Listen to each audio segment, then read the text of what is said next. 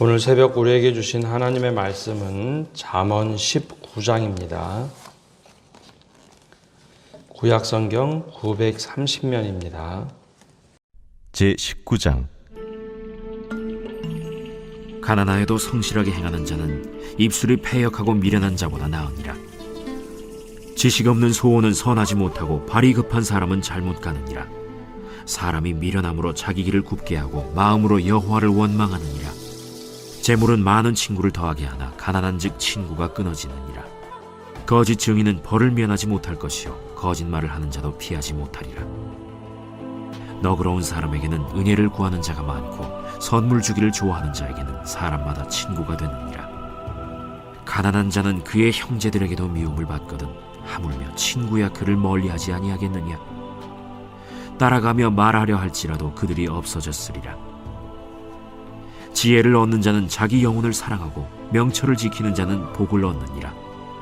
거짓 증인은 벌을 면하지 못할 것이요 거짓말을 뱉는 자는 망할 것이니라. 미련한 자가 사치하는 것이 적당하지 못하거든 하물며 종이 방백을 다스림이랴. 노하기를 더디하는 것이 사람의 슬기요 허물을 용서하는 것이 자기의 영광이니라. 왕의 노함은 사자의 부르짖음 같고 그의 은택은 풀 위에 이슬 같으니라. 미련한 아들은 그의 아비의 재앙이요 다투는 아내는 이어 떨어지는 물방울이니라.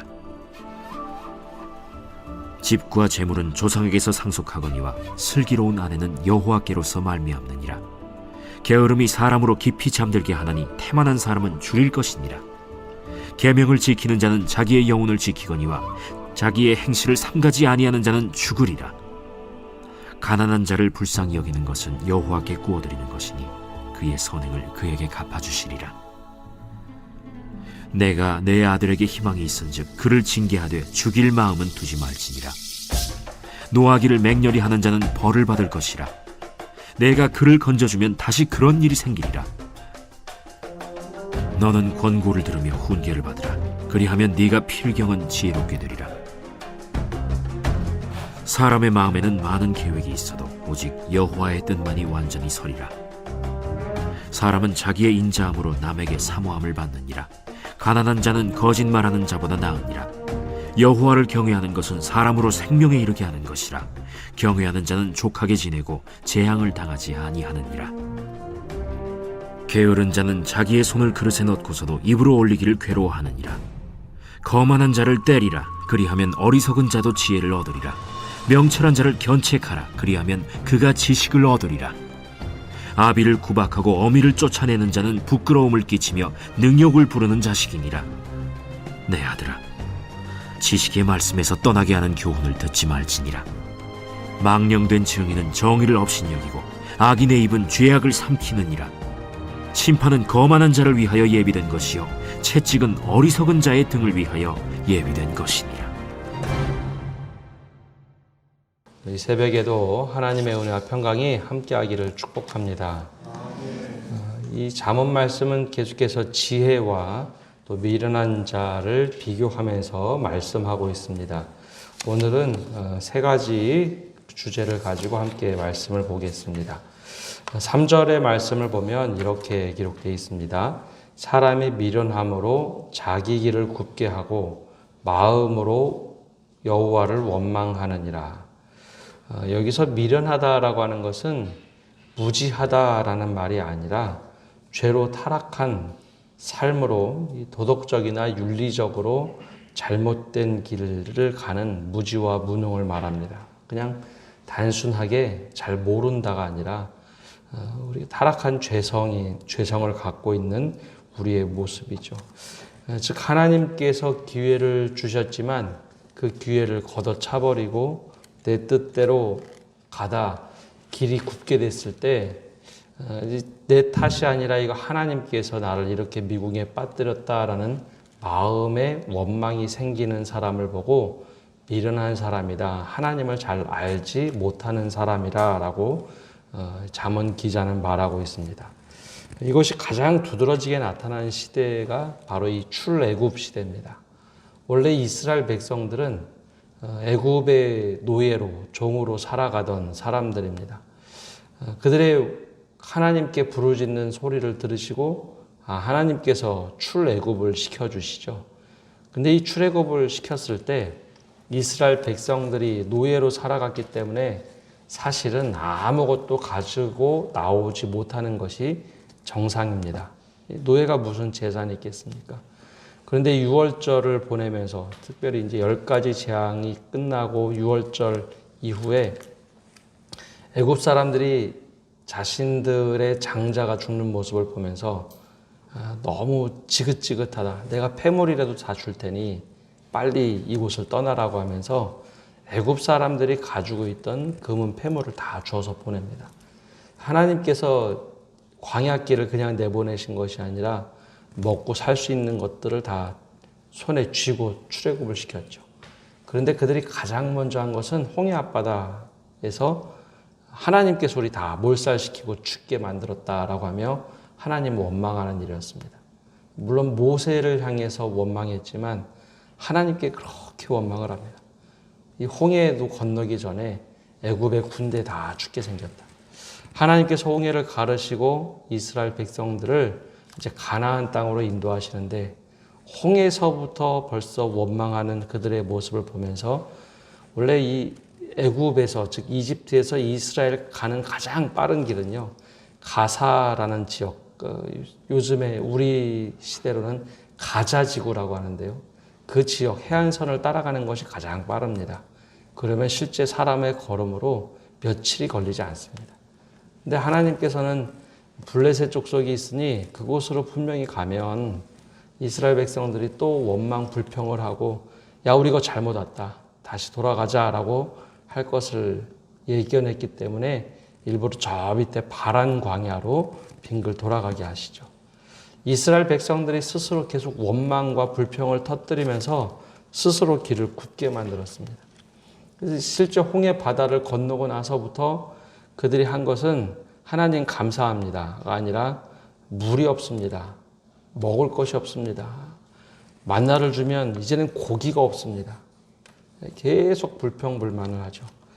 사람의 미련함으로라고 하는 것, 하나님의 섭리를 잘 알지 못함으로 자기 스스로 욕망에 따라서 자기의 길을 굳게 만들고 나서 이게 내가 잘못한 것이 아니라 하나님께서 왜 나에게 이런 길을 허락하시는가 원망을 하더라라는 것이죠. 우리의 인생에 고스란히 투영될 때가 참 많습니다. 그래서 이 말씀은 역설적이게도 미련한 자가 아니라 지혜로운 자는 하나님께 감사할 줄 안다라는 겁니다. 그래서 전도서 말씀을 보면 이렇게 말씀합니다.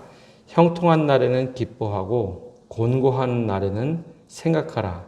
하나님이 이 두 가지를 병행하게 하사 사람으로 그 장래의 일을 능히 헤아려 알지 못하게 하셨느니라. 미래에 대해서 잘 확실하게 알지 못하게 하셨기 때문에 곤고한 날에는 생각하고 왜 이런가 하나님께 질문하고 나아가라는 것이죠. 이것이 바로 지혜로운 삶의 모습입니다. 가장 먼저 이제 지혜로운 삶과 또 미련한 자의 모습을 얘기했다면 오늘 말씀에는 물질관에 대한 사람들의 생각 그리고 또 우리는 어떻게 살아야 되는가 말하고 있습니다. 당시 사람들이 가지고 있는 생각이 4절과 7절에 나옵니다. 재물은 많은 친구를 더하게 하나 가난한 즉 친구가 끊어지느니라. 또 7절에 가난한 자는 그의 형제들에게도 미움을 받거든 하물며 친구야 그를 멀리하지 아니하겠느냐. 따라가며 말하려 할지라도 그들이 없어졌으리라. 이 당시 사람들의 모습을 사실 이야기한 겁니다. 성경을 우리가 읽을 때 한 절만 딱 떼서 나에게 필요한 말씀 찾는 것이 얼마나 위험한가 보여주는 말씀이기도 합니다. 당시 사람들의 모습이 이랬다는 것이죠. 재물은 많은 친구를 더하게 하나 가난한 즉 친구가 끊어지느니라. 이것은 이렇게 살아가고 있는 사람들의 현상을 이야기하고 있는 겁니다. 그러면 우리는 어떻게 살아가야 될까? 이 말씀이 맞기 때문에 맞아. 가난한 사람들은 친구를 끊어야 돼. 가난한 사람은 친구를 삼으면 안 돼. 라고 말씀을 적용한다면 그건 잘못된 겁니다. 여기서는 사람들이 어떻게 살아가고 있는지 폭로하고 있는 겁니다. 7절도 가난한 자는 그의 형제들에게도 미움을 받거든 친구야 그를 멀리하지 아니하겠느냐. 따라가며 말하려 할지라도 그들이 없어졌으리라.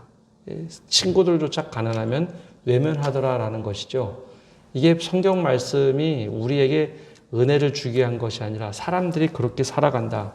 그러면 그리스도인들은 하나님을 경외하는 사람들은 어떻게 살아갈 것인가 하는 질문을 던지고 있는 말씀입니다. 14절에 보면 이 말씀이 나오는데요. 집과 재물은 조상에게서 상속하거니와 슬기로운 아내는 여호와께로서 말미암느니라.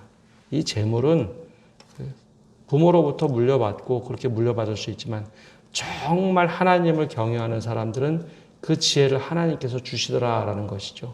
그것을 딛고 살아갈 수 있도록. 그러면서 17절에 바로 그럼 어떻게 가난한 자들을 바라볼 것인가 말씀이 나옵니다. 17절을 보면 가난한 자를 불쌍히 여기는 것은 여호와께 꾸어드리는 것이니 그의 선행을 그에게 갚아주시리라. 가난한 자를 친구를 끊어라 그런 얘기 아닙니다. 그런 사람들이 그렇게 살지라도 하나님을 경외하는 사람들은 바로 가난한 자를 불쌍히 여기고 도와주는 것은 하나님께 꾸어드리니 하나님께서 우리에게 갚으시고 그의 선행을 기억하시겠다라는 이 말씀을 붙잡고 살라는 겁니다. 그래서 성경 말씀을 한 절 딱 읽고 맞아 이 말씀만 적용해야지가 아니라 앞뒤 전후의 말씀을 묵상해야 이게 무엇을 말씀하시는구나 우리가 알 수 있습니다. 그런데 독특하게도 가난한 자를 선대하고 도와주고 자비롭게 생각하는 것 자체가 하나님께 꾸어드리는 것과 같다고 합니다. 하나님은 절대 약속을 깨뜨리는 분이 아닙니다. 하나님께 꾸어드렸기 때문에 하나님이 반드시 하나님이 갚으신다는 것이죠. 21절과 22절에도 연달아 말씀합니다. 사람의 마음에는 많은 계획이 있어도 오직 여호와의 뜻만이 완전히 서리라. 이 말씀 바로 이어서 나오는 것이 22절에 사람은 자기의 인자함으로 남에게 사모함을 받느니라. 가난한 자는 거짓말하는 자보다 나으니라 라고 하는데요. 이 말씀의 뜻은 이런 것입니다. 자기의 인자함으로 남에게 잘 베푸는 사람들은 그 사모함을 갖는데요. 어떤 사람은 그거 하는 것이 싫은 겁니다. 아무리 부자가 넉넉하게 있어도 인자함으로 누구에게 베풀기에 옹색한 사람들이 있습니다. 그런 사람들은 차라리 가난한 자가 더 낫다는 겁니다. 사람들에게 인자함을 베푸는 가난한 자가 훨씬 더 좋은 것이지 인색하게 거짓말하고서 뭐 숨기고 나 아무것도 없는데 라고 말하는 부자보다 훨씬 더 낫다는 겁니다. 그래서 이 가난이라는 것이 성경에서는 우리가 도와줘야 할 그런 공동체의 한 일환으로 말하지 우리에게서 끊어져 내야 할 사람으로 말하지 않습니다. 우리가 가난하다는 것은 불편한 것이지 죄가 아닙니다. 근데 자본주의 사회에서 살아가다 보면 우리가 말씀과 대치되게 가난한 것이 마치 부끄러운 것인 양, 불편한 것이 아니라 마치 죄인 양 자꾸 표현하는데요. 절대 그런 것이 아니라는 겁니다. 우리가 이 가난한 자를 도와주는 것은 공동체에게 맡겨주신 사명이고 소명입니다. 그래서 이스라엘 백성들은 늘 우리 마을에 혹은 우리 공동체 안에 고아와 과부가 어려움을 당하고 있지는 않는지, 아무것도 의지할 수 없는 나그네가 어려움을 당하지는 않는지 늘 돌아보라고 했던 것이 바로 이 말씀의 맥락의 기초입니다. 5절 말씀은 그럼 어떤 관점으로 봐야 될까? 이 거짓 증인은 벌을 면하지 못할 것이요 거짓말을 하는 자도 피하지 못하리라 라고 했는데요. 이것은 아까 말씀한 물질에 대한 왜곡된 마음을 갖기 쉬운 것을 표현합니다. 사람들이 보통 거짓 증언하는 이유는 나에게 도움이 될 때 거짓 증언을 합니다. 요즘에 그 우영우라는 이상한 변호사 우영우라는 드라마가 방영이 되는데요. 사람들이 굉장한 관심을 가지고 본다고 합니다. 벌써 뭐 시청률이 현대 매체에서 15% 넘는 것은 경이적인 일인데 15%가 넘는다고 하죠. 근데 거기에 보면 이 거짓 증언하는 일들이 종종 나옵니다. 나에게 이익이 되면 뒷돈 한번 질끈 감고 나에게 이익되는 것을 추구한다는 것이죠. 근데 거짓 증인은 반드시 마음에 당장의 이익은 올지라도 마음의 불편함이 늘 있습니다. 그리고 벌을 면하지 못한다고 하는데 실제 형벌이 아닐지라도 마음에 평생 짐을 지고 살아가는 사람들이 있습니다. 비슷한 맥락이 상황이 딱 오면 맞아 내가 그때 그렇게 속였지. 바로 그 마음의 벌을 절대 면하지 못한다는 겁니다.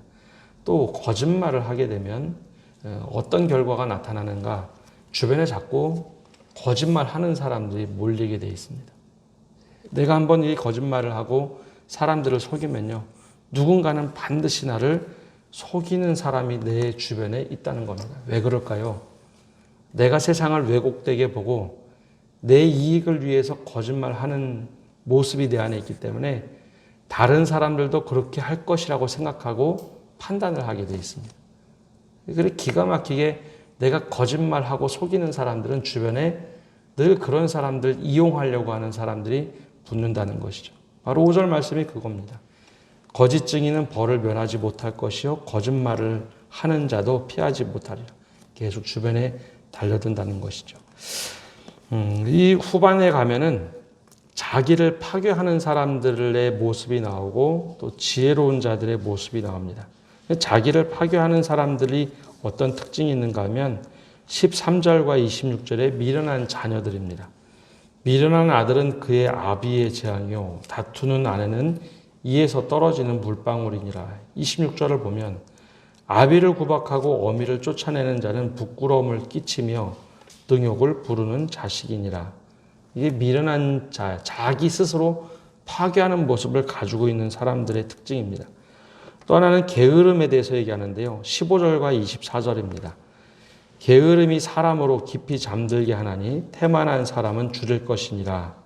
또 24절에도 게으른 자는 자기의 손을 그릇에 넣고도 입으로 올리기를 괴로워하느니라. 너무 괴로워서 떠먹는 것조차 귀찮고 힘들다고 생각하는 사람들. 또 19절에는 화를 잘 내는 사람들. 이 노하기를 맹렬히 하는 자는 벌을 받을 것이라. 내가 그를 건져주면 다시 그런 일이 생기리라. 또 28절에는 비윤리적인 사람들을 말합니다. 망령된 증인은 정의를 업신여기고 악인의 입은 죄악을 삼키느니라. 이 말씀의 특징들은 자기 스스로 파괴하는 사람들입니다. 자기 스스로 망가뜨리는 사람들. 그러니 아들들 가운데 그런 모습이 있을 때 잠언의 지혜자는 이렇게 말합니다. 18절과 27절에 보면 내가 내 아들에게 희망이 있은즉 그를 징계하되 죽일 마음은 두지 말지니라. 얼마나 화가 났으면 죽일 마음까지는 두지 않되 조금이라도 희망이 있으면 징계해서 그 자기를 파괴하는 모습에서 떠나게 해라. 그것이 자녀를 살리는 길이다라고 말합니다. 또 27절에 보면 내 아들아 지식의 말씀에서 떠나게 하는 교훈을 듣지 말지니라. 자기 스스로 파괴하는 교훈을 따르지 말라라고 권면하라라고 얘기합니다. 그래서 이 잠언의 말씀은 잘못된 길에서 빨리 돌이켜라. 회개를 촉구하는 말씀이기도 합니다. 반대로 그럼 지혜로운 사람은 어떤 사람인가? 16절에 보면 이렇게 말씀을 합니다. 계명을 지키는 자는 자기의 영혼을 지키거니와 자기의 행실을 삼가지 아니하는 자는 죽으리라. 반드시 하나님의 말씀에 따라 살 수 있도록 그렇게 하라라고 권면을 하죠. 자기를 파괴하는 사람과 정반대의 길을 가라고 말씀합니다. 또 20절과 21절에 이렇게 말씀합니다. 너는 권고를 들으며 훈계를 받으라. 그리하면 내가 필경은 지혜롭게 되리라. 이 잘못된 길을 갈 때 제발 지혜를 받아들일 수 있는 사람이 되어서 자기의 잘못된 길에서 돌이키라라는 겁니다. 또 21절에 사람의 마음에는 많은 계획이 있어도 오직 여호와의 뜻만이 완전히 서리라. 그 말씀을 하면서 우리가 아무리 계획할지라도 하나님께서 결국은 이루시니 마음의 중심을 잘 잡으라. 지혜로운 자가 되라라고 권면합니다. 마지막으로 23절 말씀 제가 읽겠습니다. 여호와를 경외하는 것은 사람으로 생명에 이르게 하는 것이라. 경외하는 자는 족하게 지내고 재앙을 당하지 아니하느니라. 하나님을 경외하는 사람이 어떤 마음을 가지고 살아야 될지 이 말씀을 하고 있습니다. 오늘 말씀을 보면 세 가지를 나눴습니다. 우리가 살아가면서 내 뜻대로 한 결과에 있어서는 내 책임이라는 겁니다. 하나님께 원망하기보다는 하나님 길이 굽었습니다. 이거 왜 이렇게 만드셨습니까가 아니라 내 욕망으로 살아온 길에 있어서는 내 스스로 하나님 오히려 주님께 간구하라는 것이죠. 그리고 오히려 어려운 상황에 맞이했을 때 하나님께 붙잡고 매달리는 것, 이것이 우리에게 믿음이고 마음가짐이어야 한다는 겁니다. 더 나아가서 하나님께서 우리에게 원하시는 삶은 바른 물질관, 재물관을 갖는 겁니다. 가난은 불편한 것이지 절대 죄나 죄의 결과가 아닙니다. 근데 우리가 잘못 생각하는 것, 그것이 오히려 잘못입니다. 그래서 가난한 자들을 도와주는 것은 하나님께 꾸어드리는 것과 같다라고 하는 이 말씀을 반드시 기억해야 합니다. 또한 자기 파괴적인 사람들의 모습이 우리 안에 있다면 바로 이 말씀을 통해서 바르게 가는 것, 하나님을 정말 경외하며 바르게 살 수 있는 것, 오늘 이 말씀을 도전하며 촉구하고 있습니다. 오늘도 이 말씀을 깊이 묵상하시며 하루를 살아가실 때 하나님 나를 이렇게 선한 길로 인도해 주십시오. 지혜로운 자가 되게 해 주십시오. 우리 기도하며 말씀에 사로잡혀 살아가시는 성도 여러분 되시기를 바랍니다. 기도하겠습니다. 하나님, 오늘도 저희가 주님 앞에 나와 기도합니다. 우리가 말씀을 듣고 그냥 흘려듣는 것이 아니라 이 말씀이 우리 안에 역사하여 말씀이 내 안에 살아 움직이도록 인도하여 주십시오.